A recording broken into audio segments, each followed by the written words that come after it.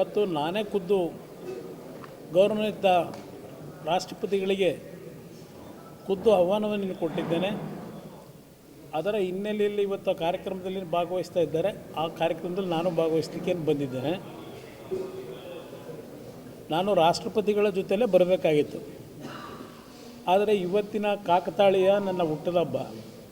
ಆ ಹಿನ್ನೆಲೆಯಲ್ಲಿ ನನಗೆ ಆಯ್ಕೆ ಮಾಡಿರ್ತಕ್ಕಂಥ ಬೆಂಗಳೂರಿನಿಂದ ಪ್ರಾರಂಭ ಆದರೆ ಮೈಸೂರಿನವರೆಗೂ ಎಲ್ಲ ಅಭಿಮಾನಿಗಳೇ ಇದ್ದಾರೆ ನಾನು ಬೆಳೆಸಿರ್ತಕ್ಕಂಥ. ಅವರಿಗೆ ನಿರಾಸೆ ಆಗಬಾರ್ದು ಅಂತ ನಿನ್ನೆ ರಾತ್ರಿ ನಾನು ಬಂದು ಇವತ್ತು ಬೆಳಗ್ಗೆ ಬೆಂಗಳೂರಿನಿಂದ ಹೊರಟು ಎಲ್ಲ ಭಾಗದಲ್ಲಿ ಕಾರ್ಯಕರ್ತರನ್ನ ಭೇಟಿ ಮಾಡಿ ಅವರ ಒಂದು ಶುಭ ಹಾರೈಕೆಯನ್ನು ಸ್ವೀಕಾರ ಮಾಡಿದ್ದೆ. ಮತ್ತು ಇವತ್ತು ಮಳವಳ್ಳಿ ಕಾರ್ಯಕ್ರಮದಲ್ಲಿ ಭಾಗವಹಿಸಿ ಪುನಃ ನಾನು ದೆಹಲಿಗೆ ಹೋಗ್ತಾ ಇದ್ದೇನೆ. ಅಂದರೆ ಎರಡು ವಿಷಯ ಹೇಳ್ತೀನಿ ನಿಮಗೆ. ಈ ಸರ್ಕಾರದಲ್ಲಿ ನಾನು ಮೊನ್ನೆ ಒಂದು ರಿಪೋರ್ಟ್ ನೋಡ್ತಾ ಇದ್ದೆ. 2800 ರೈತರ ಆತ್ಮಹತ್ಯೆ ಈ ಸರ್ಕಾರ ಬಂದ ನಂತರ ಆಗಿರ್ತಕ್ಕಂಥದ್ದು. ಇದರ ಬಗ್ಗೆ ಸರ್ಕಾರವೂ ಚಿಂತನೆ ಮಾಡಿಲ್ಲ. ಆ ರೈತರ ಬಗ್ಗೆ ಯಾರೋ ಕಾಳಜಿ ಹೊಂದಿಲ್ಲದೆ ಇರ್ತಕ್ಕಂಥದ್ದನ್ನು ಕಾಣ್ತಾ ಇದ್ದೇವೆ. ಒಂದು ಸರ್ವೆ ರಿಪೋರ್ಟ್ ನೋಡಿದ್ದೇನೆ.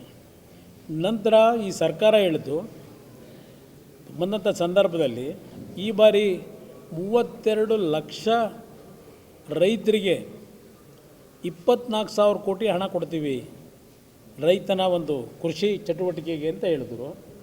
ಈ ನವಂಬರ್ ತಿಂಗಳಿನವರೆಗೆ ಸುಮಾರು 12,000 ಕೋಟಿ ರೂಪಾಯಿಗಳನ್ನು 14-18 ಲಕ್ಷ ಜನಕ್ಕೂ ಇಲ್ಲ 24 ಲಕ್ಷ ಇರೋದು ಹಿಂದೆ ಏನಿತ್ತು ಅಷ್ಟಕ್ಕೆ ಮಾತ್ರ ಸೀಮಿತ ಮಾಡ್ಕೊಂಡಿದ್ದಾರೆ. ಇದು ಈ ಸರ್ಕಾರ ಎಲ್ಲೆಲ್ಲಿ ವೈಫಲ್ಯತೆಗಳಿದೆ, ಜೊತೆಗೆ ಭ್ರಷ್ಟ ವ್ಯವಸ್ಥೆ ಅಂತಕ್ಕಂಥದ್ರ ಬಗ್ಗೆ ನನಗೆ ಚರ್ಚೆ ಮಾಡಲಿಕ್ಕೆ ಹೋಗಲ್ಲ. ನಾನು 20ನೇ ತಾರೀಕು ಮೇಲೆ ನಿಮ್ಮನ್ನು ಮತ್ತೆ ಭೇಟಿ ಮಾಡ್ತೀನಿ, ಸುದೀರ್ಘವಾಗಿ ಆಗಿ ಮಾತಾಡ್ತೀನಿ. ದಯವಿಟ್ಟು ಕ್ಷಮಿಸಬೇಕು ನನಗೆ, ಏಕೆಂದರೆ ಭಾಳ ವಿಷಯಗಳಿದೆ ಮಾತಾಡಲಿಕ್ಕೆ. ನಾನು 20ನೇ ತಾರೀಕು ನಂತರ ಬರ್ತೀನಿ. ನಿಮ್ಮೆಲ್ಲರ ಜೊತೆಯಲ್ಲಿ ನಾನು ಕೆಲವು ಭಾವನೆ ಹಂಚ್ಕೋತೀನಿ.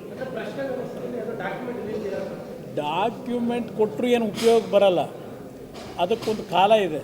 ಆ ಕಾಲಕ್ಕೆ ನಿರೀಕ್ಷೆ ಮಾಡ್ತಾಯಿದ್ದೀನಿ.